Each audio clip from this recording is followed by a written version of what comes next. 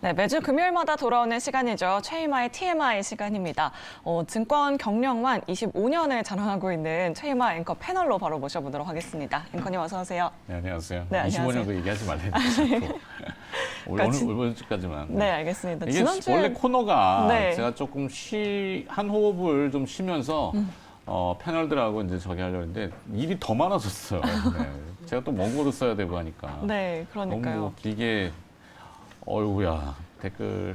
네, 질문 있으시면은 네. 유튜브 시청하시는 분들은 질문 남겨주시면 되고. 네, 알겠습니다. 지난주에 굉장히 반응이 또 뜨거웠어요. 네. 어색하시고 생경스러우니까 네. 신기하다 이렇게 해서 굉장히 많이 도움되셨다는 분들 많으신데 네. 유튜브 채팅창에 댓글 많이 남겨주시면 저희가 최대한 시간이 허락하는 한 앵커님께 많은 질문 드리도록 하겠습니다. 네. 이제 설 연휴만 이제 증권시장에서 25년 정도 보내셨잖아요. 너 일부러 그러는 거죠? 아니에요. 네. 25년 정도 보내셨는데, 네. 이제 설 연휴를 앞두고 지금, 증시는 약간 부진한 흐름 보여주고 있어요. 코스피가 약보합으로 전환을 했거든요. 강하죠. 부진하진 않고 오히려 네. 생각보다는 강한데 결국엔 전략을 어떻게 할 거냐고 네, 물을 거 맞습니다. 아니에요. 역시. 연휴를 편하게 보내려면은 네. 사실 무슨 일이 어떻게 벌어질지 모르지만 그래도 시세가 강하니까 그러니까 오르는 시세를 따라갈 거냐 추종할 거냐 아니면 오르지 않은 주식에 대해서 조금 길목을 지킬 거냐. 근데 지금은 전자 쪽이 좀 강합니다. 예전 같으면은 시장 패턴이 조금 지루하게 말씀하신 대로 지수가 이제 뭐 오르락 내리락 거리면은 오르는 거를 따라갈 때는 낭패를 보기 십상이었는데 요즘은 이제 오히려 강하니까 네. 오히려 가는 쪽으로 붙는 게 맞지 않을까?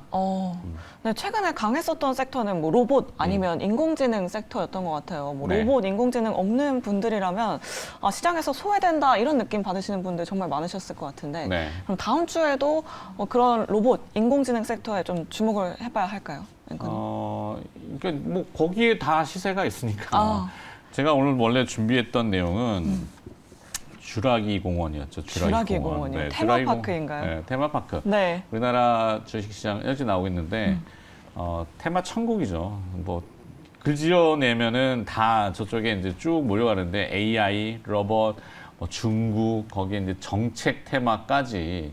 근데 테마파크 주라기 파크라는 그 영화 보셨겠지만 그 공룡을 되살려가지고 그 파크 요 테두리 바깥쪽에 있는 그 공룡 풀어놓고 막 구경하는 네. 거잖아요.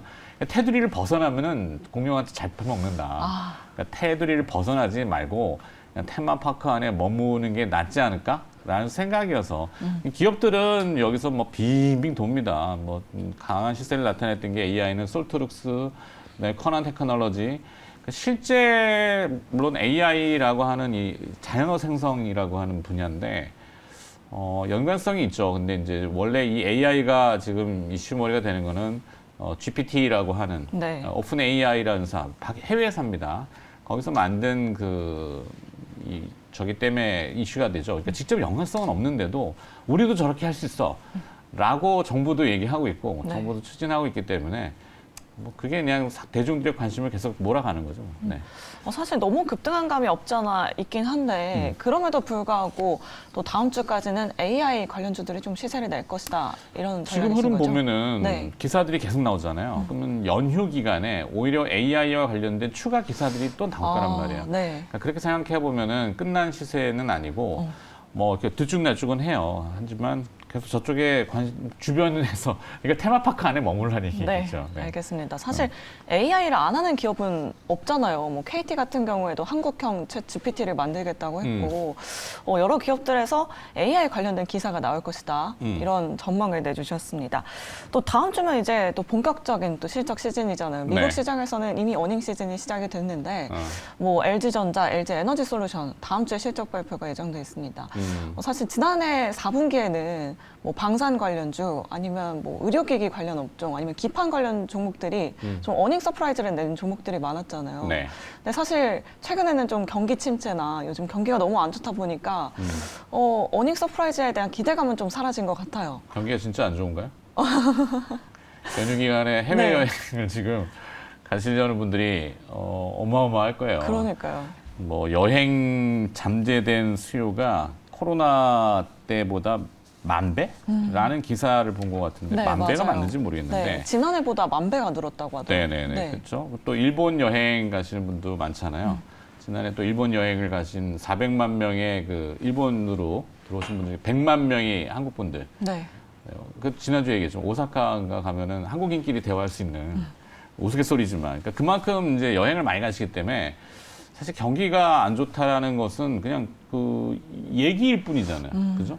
물론 어려울 수 있어요. 근데 실제 데이터가 그만큼 안 좋을까라는 건 한번 생각을 해봐야 될 것 같고 이미 안 좋을 거라고 얘기했던 거는 주가나 가격에는 다 녹인단 말이에요. 그래서 실제 더 안 좋아지지 않는 이상은 기업도 그렇고 별로 그렇게 영향 크지 않을 것 같고 실적 얘기하셨는데 우리 주식시장은 아까도 말씀드렸지만 사실 수급, 네. 그다음에 테마 네. 여기에 상당히 그 매료되어 있는 시장이기 때문에 펀더멘탈 분석이 잘 안 먹혀요. 숫자가 잘 나오는 기업인데도 불구하고 주가는 저기 늘어져 있는 경우가 너무 많거든요. 저도 그런 기업을 어제도 이제 저희 한발 시간 했지만 랩지노믹스 같은 회사는 뭐 진단 키트 이러니까 코로나 노마스크 끝난다면서 시세가 뭐 되게 무겁지만 숫자는 지난해 800억 나왔거든요. 영업이익이. 시가총액 2,300억이에요. 근데도 그걸 반영하진 않아요. 그냥 테마, 오직 테마. 근데 미래 비전을 봤을 때는 사실 코로나가 뭐 노마스크를 하기 시작하면서도 질병은 그대로 있잖아요. 그러니까 제 건강에 대해서 좀 관심이 많거든요. 네.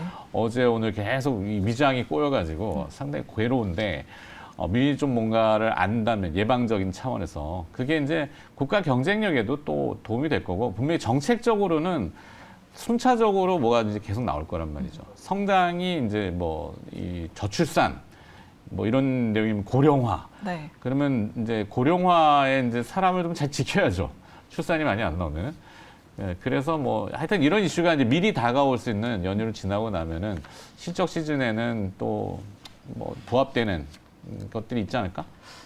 요? 네. 알겠습니다. 얘기하다 보니까 산으로 갔네. 그러니까요. 실적 네. 시즌에 오히려 실적주를 바라보기보다는 그래도 그냥 테마 안에서 놀자. 물론 이런 이제 전략이 테마 안에 있을 거겠죠. 실적도 나오면야 금상첨화겠죠. 근데 보통 테마라는 것은 미래의 기대감을 막 현재로 선반영하는 막 거죠. 땡겨오잖아요. 네. AI 뭐 그다음에 아까도 얘기했던 그 뭐 원전도 마찬가지지만 원자력도 추구는 많이 하죠. 근데 실제 수치로 실적이 잡힐 때까지는 시간이 많이 걸릴 거예요. 그래서 지금은 또 제일 접근하기 좋은 쪽이 아마 저거 아닌가 싶은데 네. 로봇은 뭐 이제 그냥 아이언맨은 곧 나올 것 같습니다. 이런 흐름대로라면은. 네. 근데 알겠습니다. 이제 네. 계속 질문 뭐. 네, AI 로봇, 뭐 중국 정책 관련해서 계속해서 지켜보면 좋을 것 같고요. 또 다음 주에는 이제 애플, 뭐 테슬라 실적 발표도 예정돼 있잖아요. 네. 또 간밤에 넷플릭스의 실적 발표도 있지 않았습니까? 네. 콘텐츠 관련주들이 오늘 시장에서 또 강하게 움직이고 있는데 다음 주에 만약에 애플이나 테슬라가 실적 발표를 한다면 네. 우리 국내 증시에는 좀 어떤 영향이 있을까요? 실적은 안 좋겠죠. 네.